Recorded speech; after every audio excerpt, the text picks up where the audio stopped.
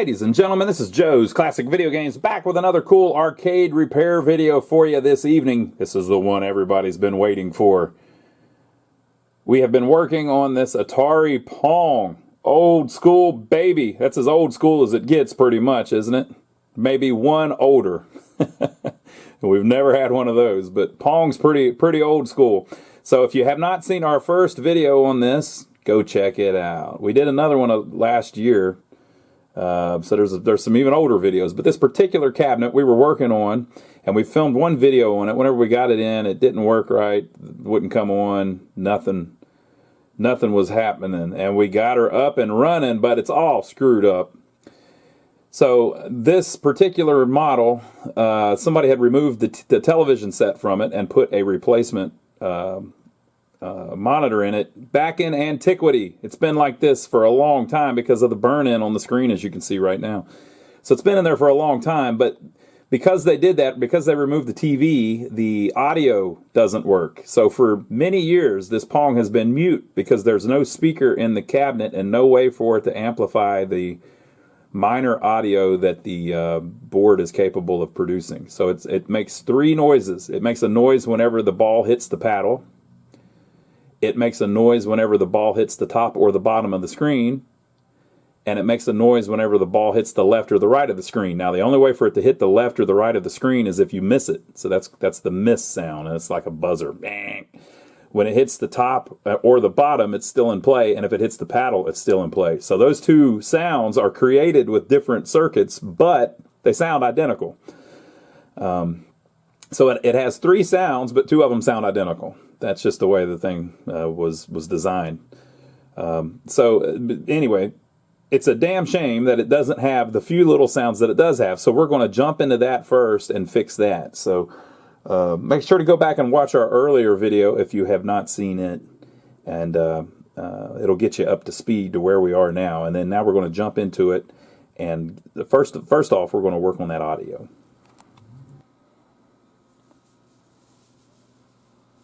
All right, folks, so a little bit of time has passed, and we are working on the Pong. I think it's been about 5 or 6 days, because I had to order some stuff. So, I have done all kinds of cool stuff. Lots of coolness happening. Let me get this light so you can see a little better. So I went ahead and I mounted the board back where it goes. We haven't had to do a thing to the board. Now this thing's on right now, but this is the power cord to the monitor. So I put a connector on it. I soldered it over there where they had it just twisted together. Craziness. I don't know why they were doing that. So I got all that cleaned up and put where it's supposed to be. I then took the video cable and put a little connector on it as well and shortened the line. Cut like 3 feet of it off or something. So that's nice. And so now if we have to remove the monitor, we can unplug the two cables, plug them right back in where they go. I also put them on backwards so that you can't accidentally plug the one into the wrong place. I then took the one audio wire out and put it on a little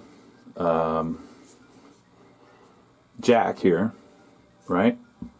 And then I bought this little cheapo $10 amp that's got a TDA 2030 on it that it runs off of, with a nice little volume knob, which was more important to me than the TDA 2030. And this thing, I specifically picked it because the way they've designed the board, it will run off of 12 volts AC. So I ran 2 little wires, soldered them onto one side of the that little transformer there that puts out 12 volts AC. That's center tap, so I guess it's 24 volts if you go from one side to the other side. So I just grabbed one side and the center tap to run this, just like it's running the board, but I ran 2 separate lines just so this little board wouldn't have to run off the same lines that were running the main PCB.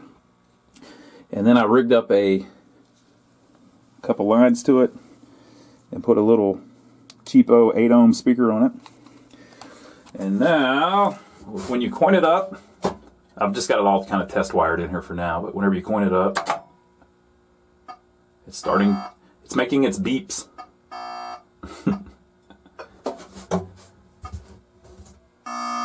and you've got nice volume on it, but I'm not going to mess with it. But now originally the monitor would have had the speaker on it, and so the speaker would have just been up in there on the front of the frame, just facing the front. So what I'm going to do, I think, is just mount it kind of right here with a couple screws kind of facing the front. And that should be fine. So I'll clean that up a little bit more, and we'll mount all this in there so that it looks good and everything's secure and where it should be, to where we can get to the volume knob and all that as well. Okay, so I've been adjusting the monitor mainly. I went ahead and put the stuff in the cabinet a little better, mounted the speaker like so, cleaned up the wiring here a little bit, mounted our little board right here for the audio amp. It's working fantastic. Zip tied some wires so everything's nice and neat. And I've been working on the monitor. Now remember, we rebuilt it at the beginning of the video. For me that was a week ago, so I'm trying to remember everything that we've done. But I tightened up the bolts on the transformer because it was squealing a little bit. Whee! That whine, we probably heard that earlier in the video. So usually on a transformer that means that it's vibrating a little bit. So if you tighten the bolts on the transformer, a lot of times it will stop that. So I've got a couple little issues that I'm trying to get perfect now. So basically this is the wrong monitor for the game, but we had the same problem on the last one, I believe. It's hard to get it all centered, to get the line centered. So if you look, it's centered. It needs to come over just a little bit more. I could move the whole monitor, but if I do that, you'll see this side of the frame and all that. And if you look really close, there is a dotted line right here of burn-in. That's where it's been. There's also a dotted line right here of burn-in, which is about where it needs to be. So I don't know if that was from whenever it was in a different game. It may have actually been in a different PONG style game before. So I don't know. We're still messing with that. But we got the vertical linearity right. So the little lines, they're the same height here as they are at the bottom. You got that right? And then I've adjusted the picture all the way up to make it a little bit bigger than the screen, because this weird little thing happens. If you watch the ball, when it hits the edge, it actually wraps around and you can see it on the top. So like if it hits the bottom, you can actually see it at the top of the screen. You just saw it right there. See it? When it hits the bottom, it appears at the top. And it's really distracting whenever it does that. So I've adjusted the monitor out to hide it a little bit. Now, I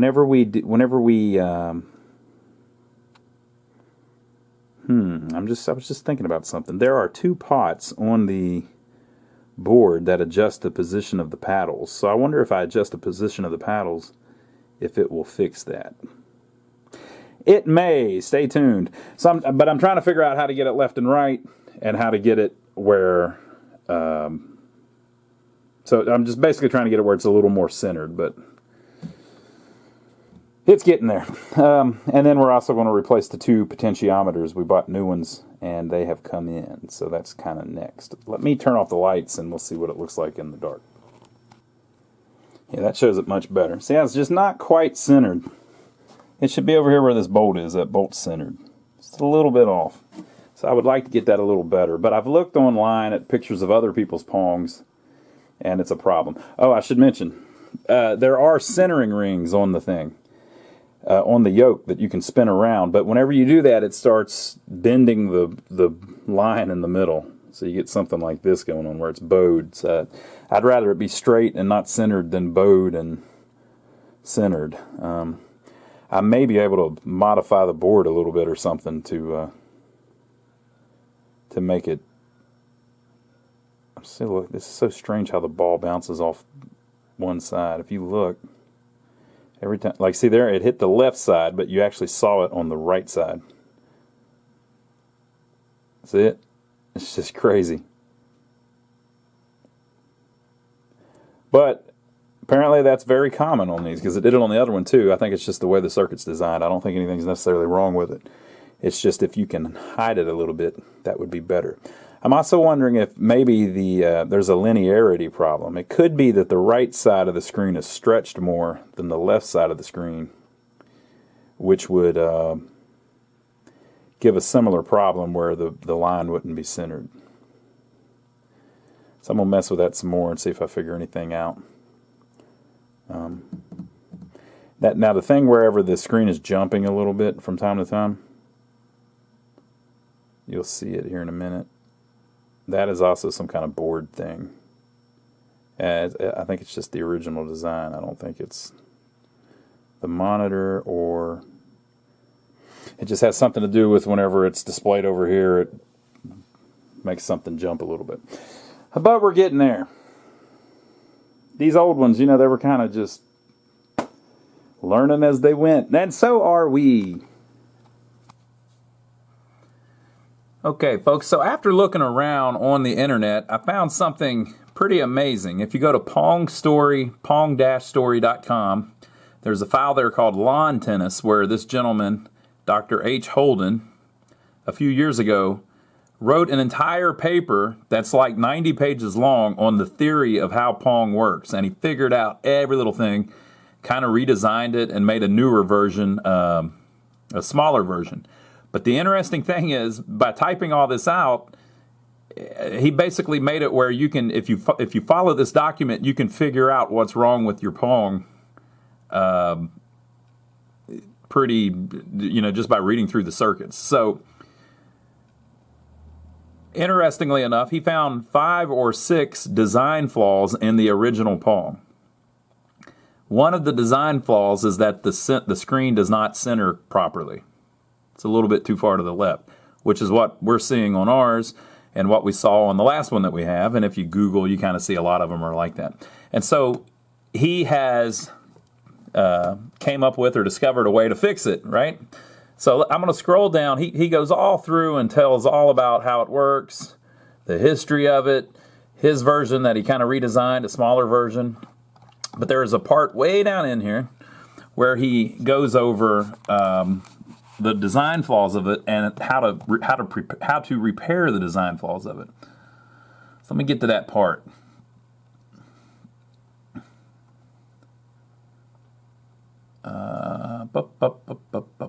Almost there. Like I said, it's at pong/story.com. Okay, we're up to the scores.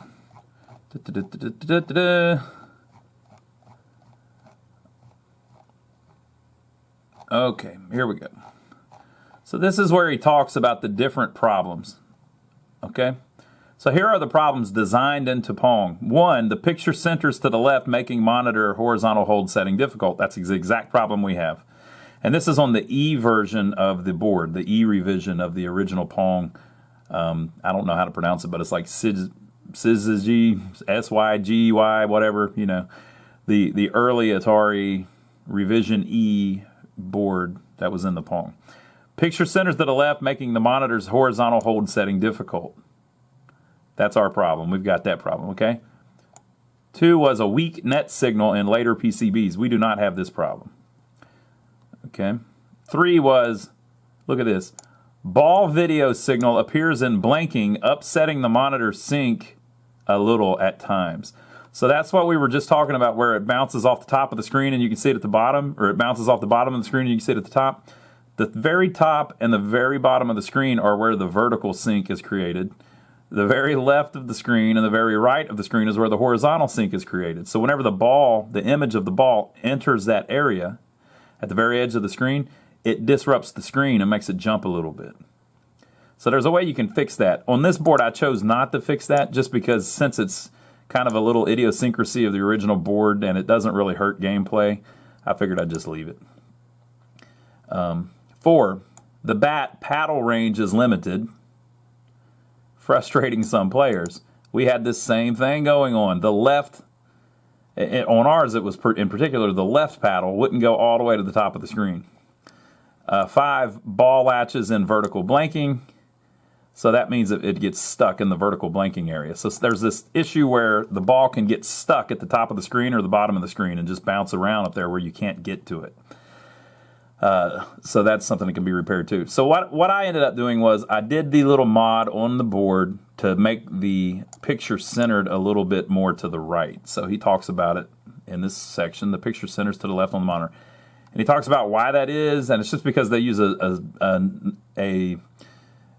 a not standard way to do the horizontal sync. So in a later version, they changed a couple things, because they made so many copies of PONG. And so this is what I did. There are some spare 74107 gates on the board that aren't used, so you can run jumpers over to one of those and use it. So I did this mod here, which modifies the horizontal sync circuit. But what that did was it moved the picture more to the right. It's a little bit too far to the right, but that's okay. It's so close that I just left it. So it ended up being much more centered, which you'll see at the end of the video. Okay, the weak net video signal I did not mess with because we didn't have that problem. The ball video signal appearing in the blanking, that's where it wraps around the edge of the screen. I didn't fix that because, like I said, it's kind of a neat little thing that Pongs do. So I just left it because to me it didn't bother me that much. Limited bat paddle range. So my left bat in particular wouldn't go all the way to the top of the screen, but the right one would. I even swapped the two potentiometers. That didn't fix it. Of course, you'll see here in a minute that we ordered new potentiometers that we put in. But no matter what I did, I couldn't get the left one to go all the way to the top. So what I did was, this guy, he has this little modified circuit here. All I did was I added one extra diode right here. He did that and disconnected 256 and used V-blank. I just added the one diode, which stretched the range a little bit, just a little bit. It made it where I could get to the top and to the bottom. There is still a minor little gap at the bottom and a minor little gap at the top.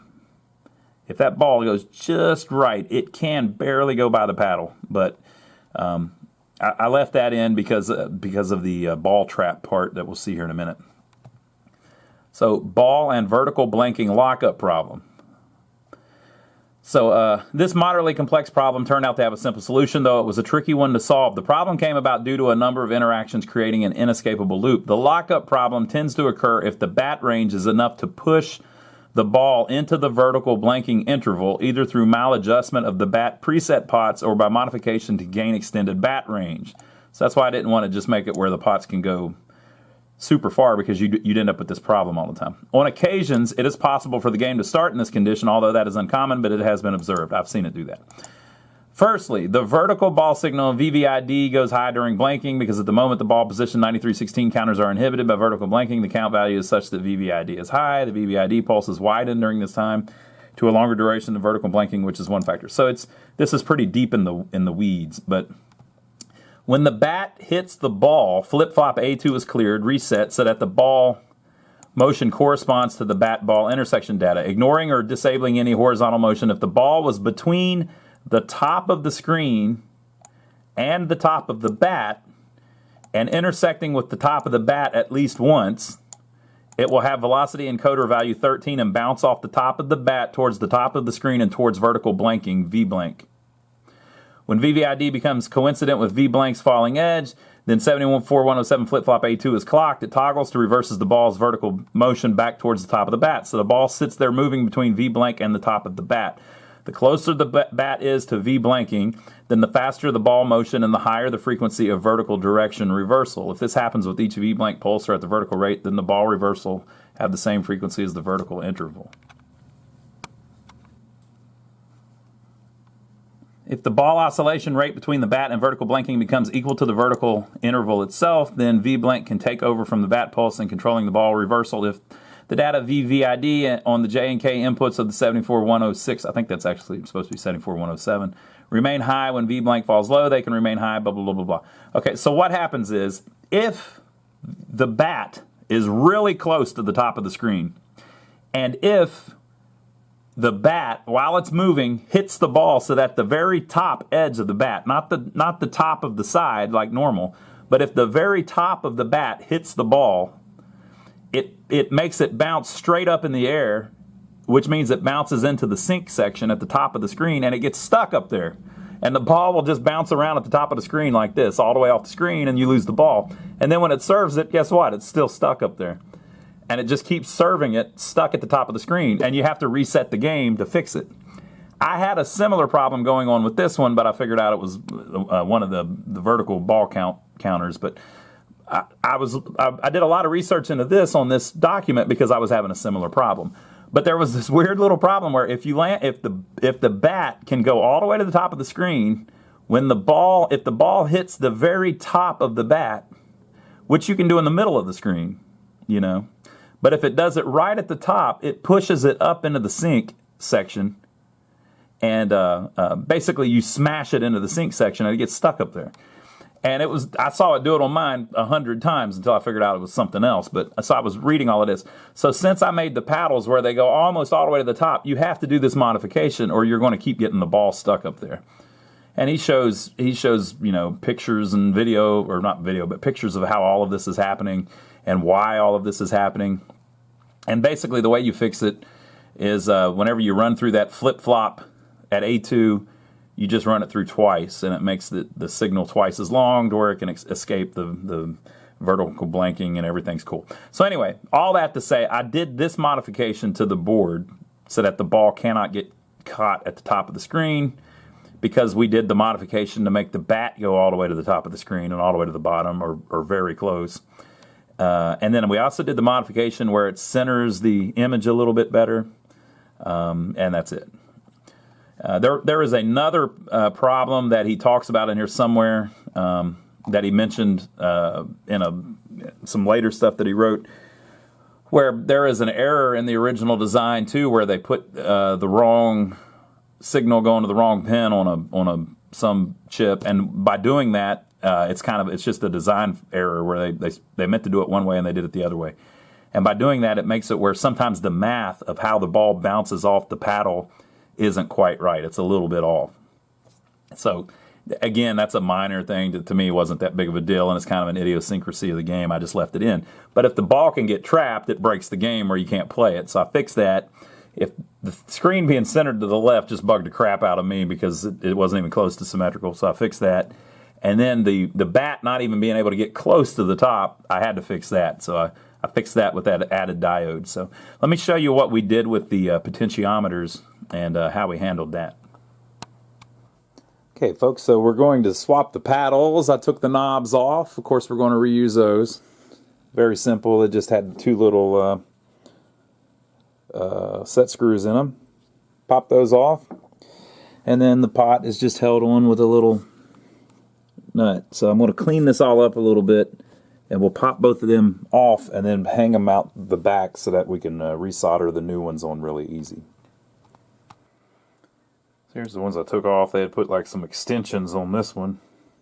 It'd been bugging me, people. And look, it's a 25K when the originals were 5K. So I don't know how that even worked, but it did. I don't know if that's the original, if this was original. It looked like it was. So this may be the original part number on a PONG potentiometer.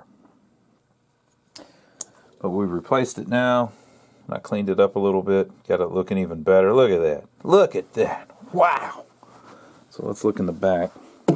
Whoa. So I took the extensions that they had off on this one so that they fit. It just barely fit, which I guess is why they put the extensions on it. But they're in there, and they're in there like they should be. So we've got that. Got our speaker. Got this all looking great over here. Got our monitor mounted in. Got our little audio board. So we need to do some adjustments, and we need to work on this monitor some more and try to get it a little nicer. But we're about done. Put the knobs back on, and I'm going to show you why you want the slip clutch ones, why you want the $25 pots instead of the other ones. Let's say I'm a drunk at a bar, and I'm playing Pong, right? It stops, right? So, you know, it stops, right? So watch that knob there. If it stops, but I want to freaking gorilla it and go too far, you can keep turning it without breaking it. It does it both ways. So there's a clutch built into the thing where if some jerk just keeps spinning it, it won't break it. If you put a regular pot on there, it'll stop at the end, but if you keep spinning it, you're going to snap that damn thing. So they're more expensive, but it's the correct ones for an arcade game because they knew ahead of time that they were going to have an issue where people would crank that thing too far and end up breaking something. Okay, folks, so we finished it. Look at that. Man, what a cool looking little Pong. Such a cool game. So one thing about this one is I guess it has a bigger monitor than most of them have in it. So most of them have the smaller one. But this one is in high definition because it's larger. So that makes it more high def, right?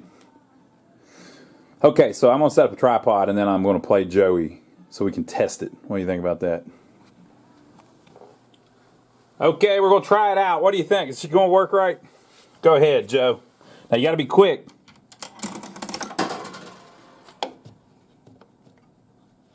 We got the volume turned down pretty low. Man, it's because the camera's in the way. I think we need more volume. Need more volume? All right, on the second game, we'll turn the volume up.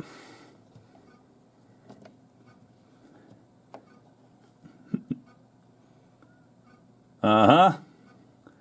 No, it won't stay like that. Eventually, it'll slide by me. I'm going to go to the bathroom. Ah! I think Joey sabotaged it. I had it fixed perfectly. Like Elvis did, where the first player is always better than the second player. Or his was the second player was always better. It'll only do it for, I think, 12 hits. After a watch, it'll break out after a while. Pun fully intended. Even faster. Maybe it's after 12 hits it gets faster. There we go. Yeah, they designed a little thing in it where it eventually will get at you.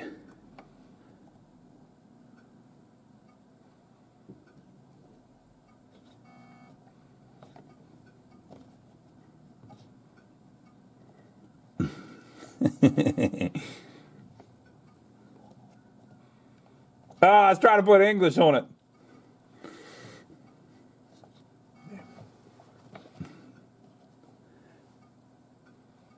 We have a bet riding on this. We betted a car, but it's a since this came out in '73, it's a '73 Pinto, so it's like a $200 bet.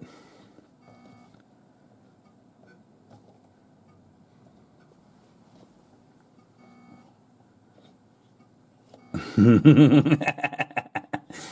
got to watch those edges. Look, I stopped it dead in its tracks.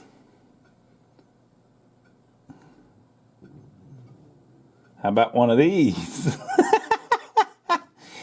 If you think about it as like you're looking down on people playing tennis, it's kind of cool.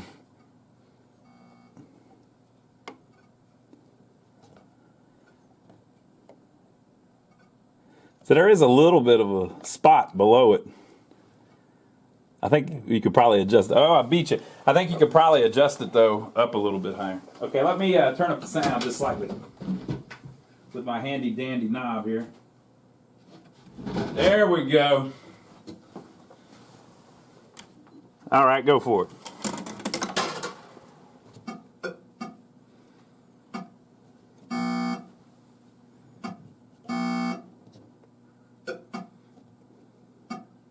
I was saying that the paddle hit sound and the side and the top and bottom hit sound are the same, but they're not. They're slightly different.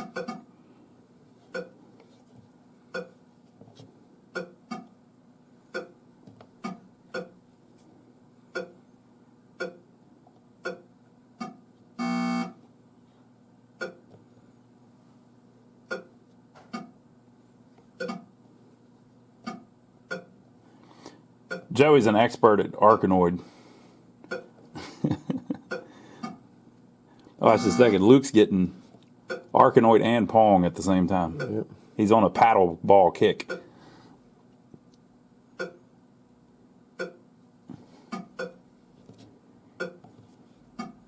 Paddle game kick.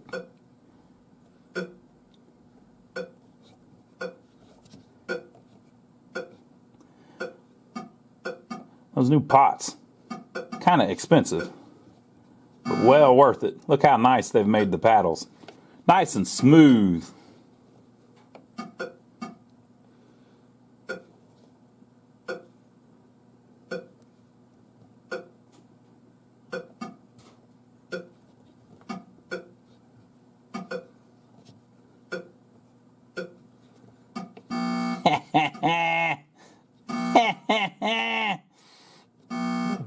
The net's cheating for me.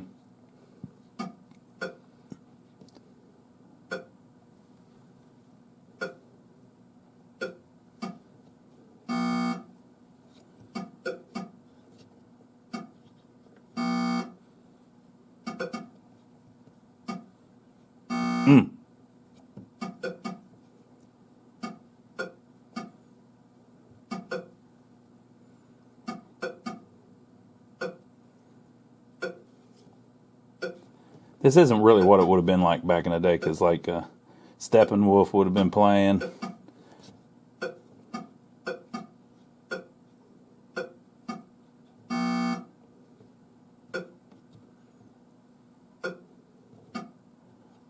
Oh, it's almost like I hit it crooked on purpose.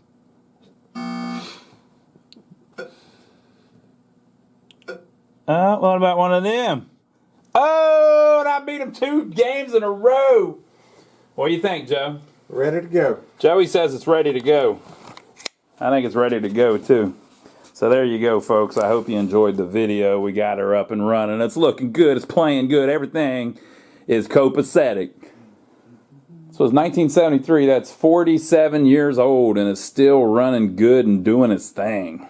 So leave your comments below. Let us know what you think. Give us a thumbs up for taking the trouble to film it. Make sure to subscribe to us if you haven't subscribed yet. And we will see you on the next video. Hope you enjoyed it.